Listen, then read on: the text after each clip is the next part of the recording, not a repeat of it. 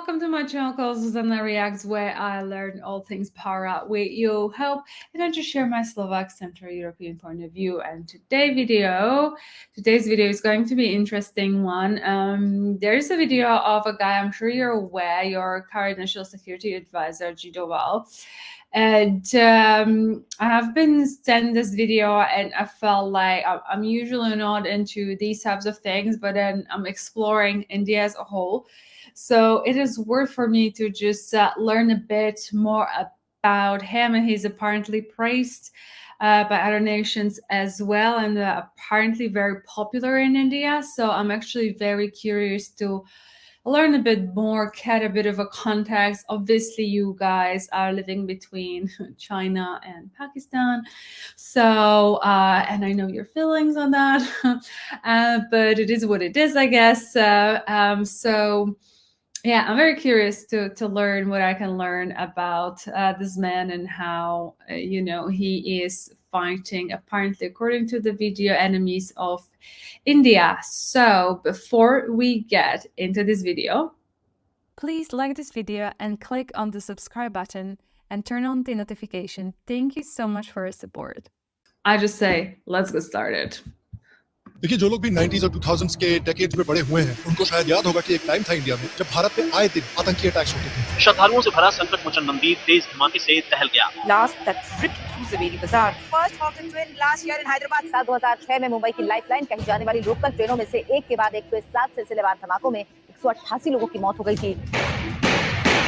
लोग सीरियसली बाजार जाने से डरते थे, अपने घर से बाहर निकलने से डरते थे। लेकिन 2013-14 से आतंकी हमलों में एक ड्रास्टिक रिडक्शन हुआ है। आज के भारत के शहर उस समय से कहीं ज्यादा सेफ हैं और कुछ केसेस में तो इंडिया ने आतंकियों को उनके घर में घुस के निपटाना शुरू कर दिया है। अब तो उनो रिवर्स ऐसा हुआ है कि आतंकी अपने घर में सेफ नहीं फील कर रहे। A mystery killing of an LET operator, Maulana Ziaur Rahman. Unknown gunman आए हैं अंदर, उन्होंने फायरिंग की है। Former Lashkar-e-Taiba commander Akram Khan shot dead by unidentified assailants in Bajaur, Pakistan. A Khalistani extremist, a gangster, has been killed in Canada. कई लोग इस situation में चेंज के लिए राइटली बीजेपी की गवर्नमेंट और प्राइम मिनिस्टर मोदी को क्रेडिट देते हैं, लेकिन प्राइम मिनिस्टर मोदी ने इस काम की रिस्पांसिबिलिटी भारत के national security adviser Ajit Doval को दी है। Ajit Doval, a village boy from Uttarakhand who now has not become only a national treasure but an international treasure. You don't fight terrorism, that. You can do one Mumbai, you may do multiple. मुझे जब घटना से पहले मेरा दिमाग शायद कुछ बात नहीं होती थी, मेरे लिए rise to the challenges and take the bull by the horn. You don't have the will to exercise the power that is as good as not having it.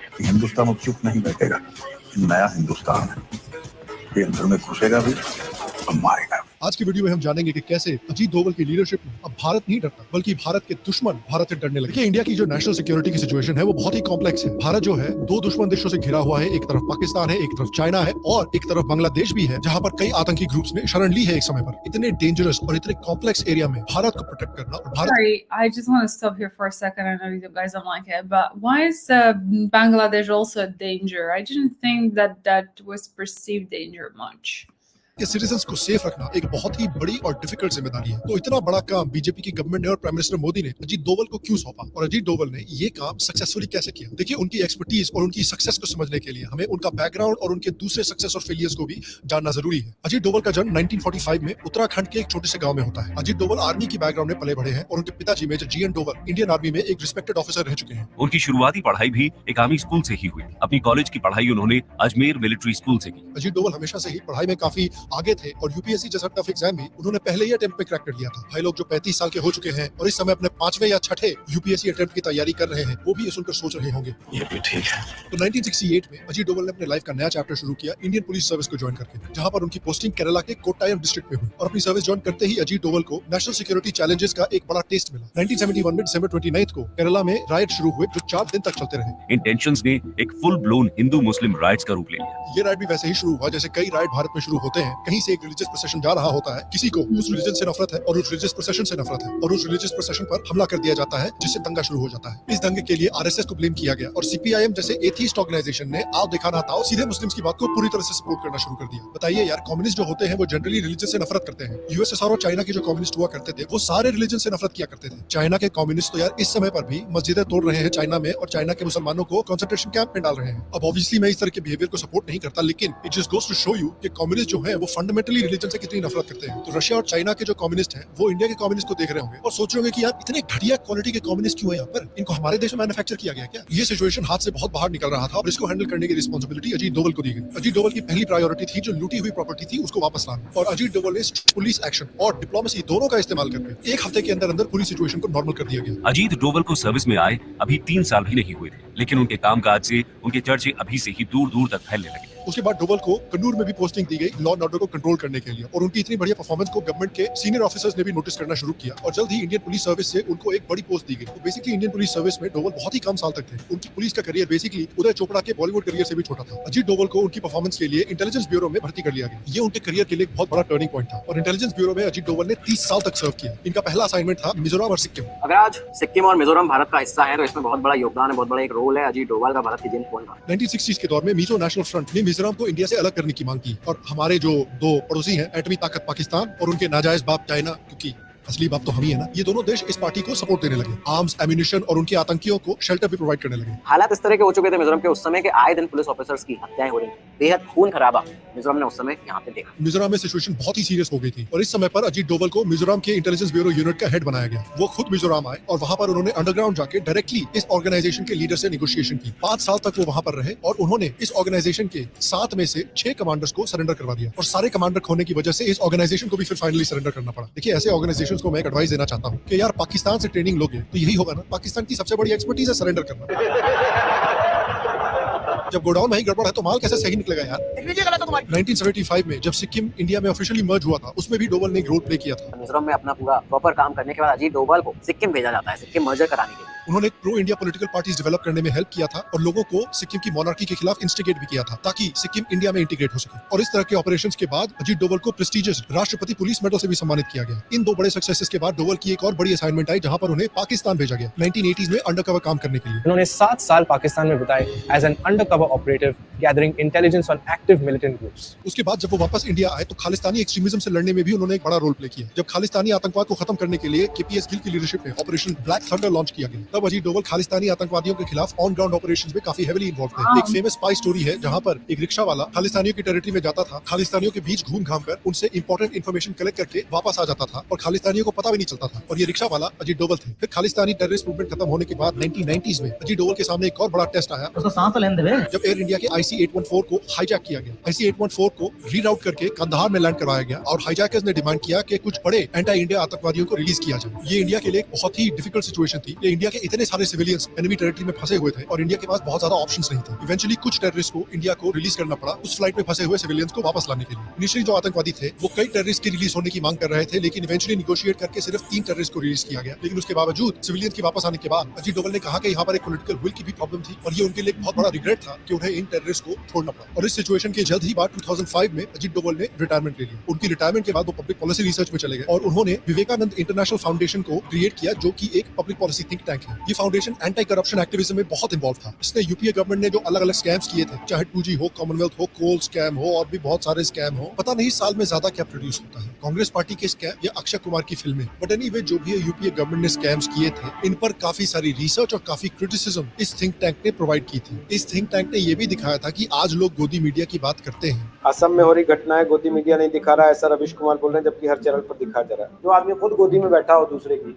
उसको कहां से कुछ दिखेगा दुनिया में क्या होगा। लेकिन उस समय पर भी एक गोदी मीडिया प्रेजेंट था। उन्होंने दिखाया कि कैसे कई मीडिया हाउसेस हैं जो पॉलिटिशियंस से सवाल नहीं पूछते करप्शन पे, उल्टा पॉलिटिशियंस को सपोर्ट करते हैं, उनसे सॉफ्ट इंटरव्यूज लेते हैं। उन्होंने दिखाया था कि कैसे पूरे का पूरा पॉलिटिकल सिस्टम जो है वो कॉम्प्रोमाइज हो रखा था और करप्शन से लड़ने का कोई रास्ता ही नहीं दिख रहा था। और इंटरेस्टिंग बात ये थी कि ये फाउंडेशन 2011-2012 में न्यूज में बहुत आया था, जब इन्होंने अन्ना हजारे, अरविंद केजरीवाल, किरण बेदी और बाबा रामदेव जैसे लोगों को साथ में लाकर इंडिया अगेंस्ट करप्शन जैसा एंटी इंडिया क्रूसेड शुरू किया था और टीम अन्ना का गठन किया था। अनफॉर्चुनेटली केजरीवाल साहब की जब बात आती है तो वो तो उसी तरह की बुरी इन्वेस्टमेंट निकले जिस तरह की बुरी इन्वेस्टमेंट आपके कजन की क्रिप्टो करेंसी कंपनी निकली। वैसे ही बुरी इन्वेस्टमेंट निकले जिस तरह से आपने अपनी जिंदगी के 8 साल लगाए गेम ऑफ थ्रोन्स देखने में, और सीजन 8 में जाके शो ने पूरी तरह से आपके अरमानों पर हक दिया और उसे टॉयलेट में फ्लश कर दिया। And who has a better story than Bran the Broken? What the f***? Anti corruption activism के साथ साथ नेशनल सिक्योरिटी पर भी बहुत अच्छा रिसर्च ये ऑर्गेनाइजेशन प्रोवाइड करती है। और एंटी करप्शन और नेशनल सिक्योरिटी ये दोनों बीजेपी गवर्नमेंट के और प्राइम मिनिस्टर मोदी के बहुत इंपॉर्टेंट गोल्स हैं। और इसीलिए बीजेपी की सेंट्रल गवर्नमेंट जो है उन्होंने इंपॉर्टेंट पोजीशंस के लिए इस थिंक टैंक के सीनियर मेंबर्स को रिक्रूट किया है। अजीत डोवल को as national security advisor pick किया गया। नृपेंद्र मिश्रा जो इस ऑर्गेनाइजेशन के एक सीनियर मेंबर थे उनको प्राइम मिनिस्टर मोदी का प्रिंसिपल सेक्रेटरी बनाया गया। और नीति आयोग के मेंबर विवेक देबरॉय, प्रसार भारती के चेयरमैन ए सूर्य प्रकाश और IIMC के डायरेक्टर KG सुरेश, ये सारे लोग भी इस थिंक टैंक से जुड़े हुए थे। और फिर आता है फाइनली वो समय जिसके लिए अजीत डोवल सबसे ज्यादा फेमस है, यानी इंडिया के नेशनल सिक्योरिटी एडवाइजर के रोल के लिए। और आप देख सकते हैं कि इस रोल में अजीत डोवल 2014 से है, जब से बीजेपी की गवर्नमेंट आई है। और आप देख सकते हैं कि 2005 तक जो उन्होंने एक्सपीरियंस कमाया था वो उन्हें इस रोल में कितना काम आया है। उन्होंने किस तरह से इस रोल में अपने एक्सपीरियंस को इस्तेमाल करके अडॉप्ट किया है भारत के दुश्मनों से लड़ने के लिए। इनफैक्ट अपनी पोजीशन को ज्वाइन करते ही उन्होंने इराक में एक बड़ा मिशन किया जब इराक में आईसिस फैला हुआ था और 46 नर्सेस को आईसिस आतंकियों ने हॉस्टेज बनाकर रखा हुआ था। ISIS के आतंकियों ने तिकरीत शहर पर कब्जा कर लिया था और बमबारी की चपेट में वो अस्पताल भी आ गया जहां भारतीय नर्सेस काम कर रही थी। और शायद अजीत डोवल जी ने 1998 की एयर इंडिया की हाईजैकिंग से कुछ इंपॉर्टेंट लेसन सीखे हैं, क्योंकि इंडिया ने बहुत ही तेजी से और बहुत ही एफिशिएंट तरीके से एक रेस्क्यू ऑपरेशन किया जिसमें बहुत ही तेजी से इन सारी 46 नर्सेस को रेस्क्यू करके वापस इंडिया लाया गया सेफ एंड साउंड। 18 सितंबर 2016 में जब उरी अटैक हुआ जिसमें हमारे 19 सोल्जर्स वीरगति को प्राप्त हुए, इस अटैक को देखकर काफी लोगों को 26/11 के टेरर अटैक्स की याद आई होगी, जब पाकिस्तानी आतंकवादी इंडिया में घुस आए और बेगुनाहों का कत्लेआम करना शुरू कर दिया। उस समय याद कीजिए कि इंडिया ने 2008 में ना कोई एक्शन लिया, बल्कि इंडिया की रूलिंग पार्टी से जुड़े हुए कुछ ऐसे पॉलिटिशियंस थे जो पाकिस्तान के बजाय इस आतंकवादी अटैक के लिए RSS को ब्लेम कर रहे थे, हिंदू एक्सट्रीमिज्म को ब्लेम कर रहे थे। Nowhere in this book you will see the involvement of the Pakistani terrorists in 26/11. Can I just stop here? And I know it's maybe like an out question there, but what do people, when they say Hindu is extremist, what do they actually mean? I would love to know. I'm not really deep into these topics. I don't follow, so I would love to know, like, how do you describe an Hindu extremist, or is it just like any extremist? Is there anything in particular that I need to be aware of? Just just trying to fish for information in case I don't understand. ये तो वही बात हुई कि पाकिस्तान की team अपनी बकवास performance से वर्ल्ड कप से बाहर हुई, लेकिन पाकिस्तान का कोच बोल रहा है कि हम इसलिए हारे क्योंकि BCCI ने स्टेडियम में दिल दिल पाकिस्तान नहीं बजने दिया। लेकिन मुंबई अटैक्स के बाद रिएक्शन देखिए और उरी अटैक्स के बाद रिएक्शन देखिए। नया हिंदुस्तान है, ये घर में घुसेगा भी और मारेगा भी। हम घर में घुस के मारेंगे। उरी अटैक के ठीक 10 दिन बाद इंडिया ने पाकिस्तान में घुस के पाकिस्तानी टेरर लॉन्च पैड्स पर एक सर्जिकल स्ट्राइक किया। और ये लेसन भी लगता है अजीत डोवल ने अपनी एक्सपीरियंस से सीखा है कि सिर्फ देश को डिफेंड करना जरूरी नहीं है, कभी कभी दुश्मनों को उनके घर में घुस के मारना भी जरूरी है, ताकि उनको वो खौफ हो जो खौफ वो भारत के लोगों में क्रिएट करने की कोशिश कर रहे हैं। 2015 में जब मणिपुर में United liberation front of western south east Asia के सेपरेटिस्ट ने इंडियन आर्मी के 18 सोल्जर्स को मार दिया था, तब उस काउंटर टेरर ऑपरेशन को भी अजीत डोवल ने लीड किया था। अजीत डोभाल ने पूरी रणनीति बनाई और ऑपरेशन के दौरान लगातार प्रधानमंत्री नरेंद्र मोदी, रक्षा मंत्री मनोहर पर्रिकर और आर्मी चीफ दलबीर सिंह सुहाग से संपर्क में रहे। उन्होंने बड़ी इंटरेस्टिंग स्ट्रेटजी की। पहले उन्होंने म्यांमार की आर्मी को अपने साइड पर लाया और प्लान बनाया कि म्यांमार की जो आर्मी है वो टेररिस्ट को इंडियन बॉर्डर की तरफ पुश करेगी और बाकी काम इंडियन आर्मी देख लेगी। तो आप देख सकते हैं कि किस तरह से मिलिट्री एक्शन और डिप्लोमेसी को मिक्स किया जा रहा है, जो काम 30-40 साल पहले अजीत डोवल ने केरला में किया था। 2019 में जब जम्मू कश्मीर से आर्टिकल 370 को एब्रोगेट किया गया, उसके पीछे भी अजीत डोवल की एक बड़ी कंट्रीब्यूशन है। याद कीजिए, कुछ लोग थे ऐसे जो कह रहे थे जरा हटा के दिखा दो। 370 की बात करते हैं, वो 10 दफा भी हिंदुस्तान के प्राइम मिनिस्टर बनेंगे और 370 को नहीं छू सकते। लेकिन याद कीजिए कि जब आर्टिकल 370 हटा था, कश्मीर में कोई दंगा, कोई स्टोन पेल्टिंग, कोई आतंकवादी अटैक नहीं हुआ था। जो भी हल्ला हुआ था वो कश्मीर के बाहर हुआ था, शाहीन बाग वगैरह में। कश्मीर शांत था क्योंकि इस सिचुएशन को अजीत डोवल ने पहले से ही एंटिसिपेट करके रखा हुआ था और कई महीनों की प्लानिंग की गई थी। दरअसल डोभाल घाटी में लोगों के बीच पहुंचे, उनसे बात कर रहे हैं, उन्हें भरोसा दे रहे हैं कि सब कुछ ठीक होगा।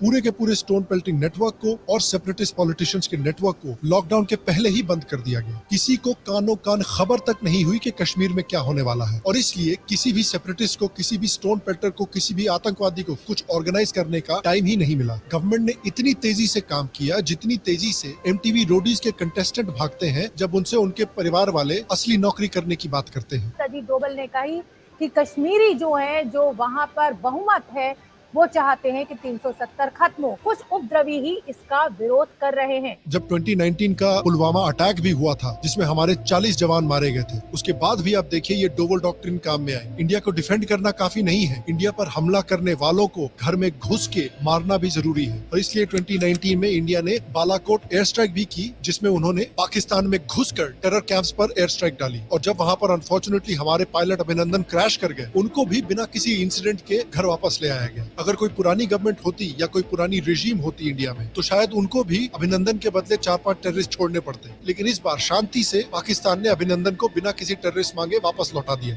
The opposition leader said that Pakistan Army Chief Qamar Javed Bajwa's legs were shaking as Foreign Minister Shah Mahmood Qureshi said that India was about to attack the country. बहन डर गई, बहन डर गई, बहन डर गई। अब इसके लिए इमरान खान जी ने पूरी क्रेडिट लेने की कोशिश की, उसी तरह से जिस तरह से भारत की सारी अचीवमेंट के लिए कांग्रेस नेहरू जी को क्रेडिट देने लगती है। लेकिन असलियत कुछ और ही थी। असलियत में पाकिस्तानियों की टांगे कांप रही थी। और डोभाल डॉक्ट्रिन जो है, जो नई इंडिया है, जो नई इंडिया की नेशनल डिफेंस की स्ट्रेटेजी है, उसका एक बड़ा एग्जांपल आप पिछले कुछ महीनों में भी देख सकते हैं कि इंडिया की जो मोस्ट वांटेड लिस्ट में सबसे बड़े बड़े टेररिस्ट थे, धीरे धीरे उनको निपटाया जा रहा है अननोन गनमैन के द्वारा। IC-814 का हाईजैकर जहूर बिस्करी पिछले साल कराची में मारा गया। नवंबर 2022 में खालिस्तानी आतंकवादी हरविंदर रिंदा पाकिस्तान के लाहौर में मारा गया। जनवरी 2023 में लाहौर में खालिस्तानी आतंकी हरमीत सिंह उर्फ हैप्पी की हत्या हुई। जेल में ही हाफिज सईद की सुरक्षा बढ़ा दी गई। अपने आतंकी साथियों की टारगेटेड किलिंग के बाद वो बहुत ज्यादा डरा हुआ है। पाकिस्तानियों का और खालिस्तानियों का मानना है कि इसके पीछे रा की साजिश है। कई एक्सपर्ट्स का भी मानना है कि भाई कहीं ना कहीं तो रॉ इन्वॉल्व्ड है। लेकिन अपेरेंटली कुछ एक्सपर्ट्स के मुताबिक रॉ जो है इस गेम को बहुत स्मार्ट तरीके से खेल रहा है। कनाडा में जो खालिस्तानी है उनमें से कई लोग कनाडा के इलीगल ड्रग ट्रेड में भी इन्वॉल्व है, जिसमें अक्सर गैंग वायलेंस होती रहती है। हो सकता है उसके ऊपर से अभी जो अफगानिस्तान और पाकिस्तान के बीच में प्रॉब्लम्स चल रही है, उससे जो तहरीके तालिबान है, जो बेसिकली तालिबान का पाकिस्तानी वर्जन है, वो भी पाकिस्तान से बहुत चिढ़े हुए हैं और पाकिस्तान पर बहुत अटैक्स कर रहे हैं।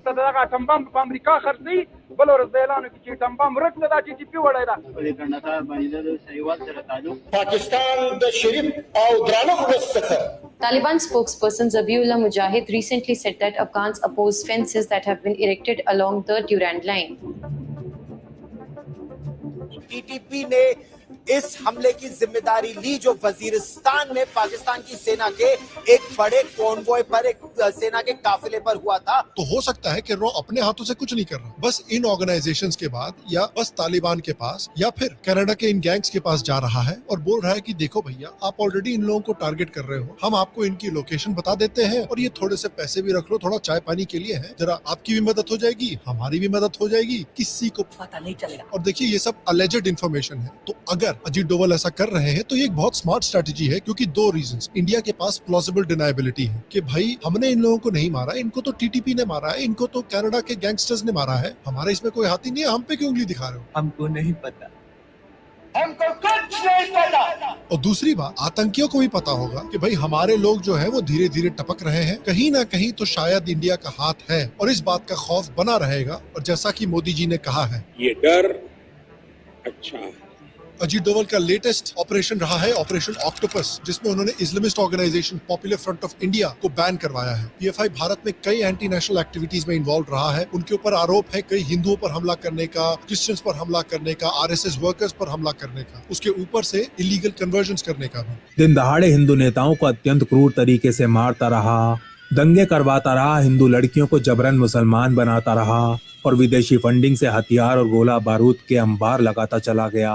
पिछले साल कुछ डॉक्यूमेंट्स पाए गए पीएफआई के ऑफिसेस से, जहां पर 2047 तक भारत को एक इस्लामिक देश बनाने का प्लान कर रहे थे और प्राइम मिनिस्टर मोदी को भी मारने का प्लान बना रहे थे। इनके पास से पुलिस को होश उड़ा देने वाले कई डॉक्यूमेंट्स बरामद होते हैं, जिनमें भारत को एक हिंदू मुक्त इस्लामिक राष्ट्र बनाने का प्लान विस्तार में लिखा हुआ था। पीएम नरेंद्र मोदी को उनके बिहार दौरे के दौरान पीएफआई द्वारा खत्म करने की योजना बनाई जा रही थी। इस खुलासे के बाद पीएफआई के ऑल ओवर इंडिया ऑफिसेज में रेड मारी जाती है। उसी के साथ साथ अजीत डोवल बड़े बड़े मुस्लिम लीडर से भी मिलने जाते हैं और फिर वो मुस्लिम लीडर्स पीएफआई को कंडेम करते हैं और उसको बैन करने की बात करते हैं। अजीत डोभाल साहब से बात की मैं गुजारिश करना चाहूंगा कि पीएफआई जैसी ऑर्गेनाइजेशन को इमीडिएटली बैन करना चाहिए। तो जिस समय पर पीएफआई चेकर्स खेल रहा था उस समय पर डोवल 4D चेस खेल रहे थे, क्योंकि अब आंदोलन जीवी जो है और मीडिया जो है वो किस बात पर पीएफआई को सपोर्ट करेगी जब मुस्लिम लीडर्स खुद पीएफआई को बैन करने की बात कर रहे हैं। उसके बाद 15 स्टेट्स में पीएफआई के ऑफिसेज पर रेड की जाती है जिसमें 106 मेंबर्स को अरेस्ट किया जाता है और इसके बाद पीएफआई को 5 साल के लिए बैन कर दिया जाता है। तो आप देख सकते हैं कि क्यों आज जाकर इंडिया की जो सिक्योरिटी एजेंसीज हैं, चाहे आईबी हो चाहे रॉ हो, उससे इंडिया के दुश्मन आज क्यों घबरा रहे हैं। पाकिस्तान में बैठे आतंकी और कनाडा में बैठे खालिस्तानियों को क्यों पसीने छूट रहे हैं, क्योंकि अजीत डोवल और इंडिया की जो इंटेलिजेंस apparatus है उन्होंने north east, Kerala, Punjab, Pakistan, IPS, IB इन सारे जगहों में काम करके जो एक्सपीरियंस इकट्ठा किया है उससे एक बहुत इनोवेटिव स्ट्रैटेजी निकाली गई है इंडिया के इंटरेस्ट को और इंडिया के लोगों को डिफेंड करने की। आज का इंडिया सिर्फ डिफेंड नहीं करता, आज का India I am literally just processing. In all honesty, this is putting maybe a lot of things so far that you guys have mentioned in the comments regarding fighting fire with fire and your beautiful neighbors a bit more in perspective. It's I think admirable to have a person that is successful in deploying security measures. I think it's every country's dream. But I wanted to ask you, how do you guys feel about him? Like, what do you believe to be his biggest contribution to India's security and maybe also on a global stage? Because I'm aware he's been also helping other nations. So I would love to know that in the comments below. And in all honesty, I'm just overwhelmed with the information and I guess, what I'm actually really shocked at the number of attacks and unrest, I guess is the word, and that has been happening over there and things that you guys have been through.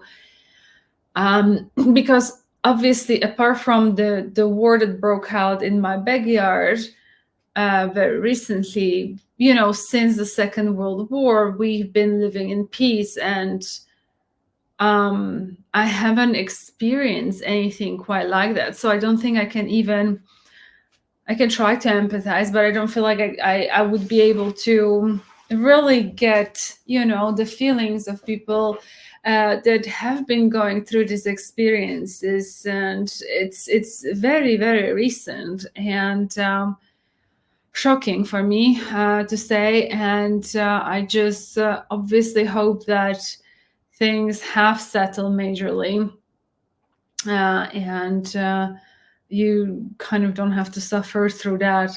It is pretty horrific, and I don't think, well, obviously we know in these years that he talks about when you have terrorist attacks and stuff. There was a change of millennia. I was at high school, and then, obviously as a kid, you're not aware of what's going on. So, and it's not like you're going to be studying current history in high school especially as to what's happening in India. So, yeah, I'm actually very sad watching this video. It kind of really saddens me, to be honest. And I'm really sorry you guys had to go through that. But I think with that being said, thank you so much for watching this video. If you did like it, please give a thumbs up, share, like, and subscribe to my channel, and I'll see you in the next one. Until then, please do take care. I'm sending much love. Bye-bye.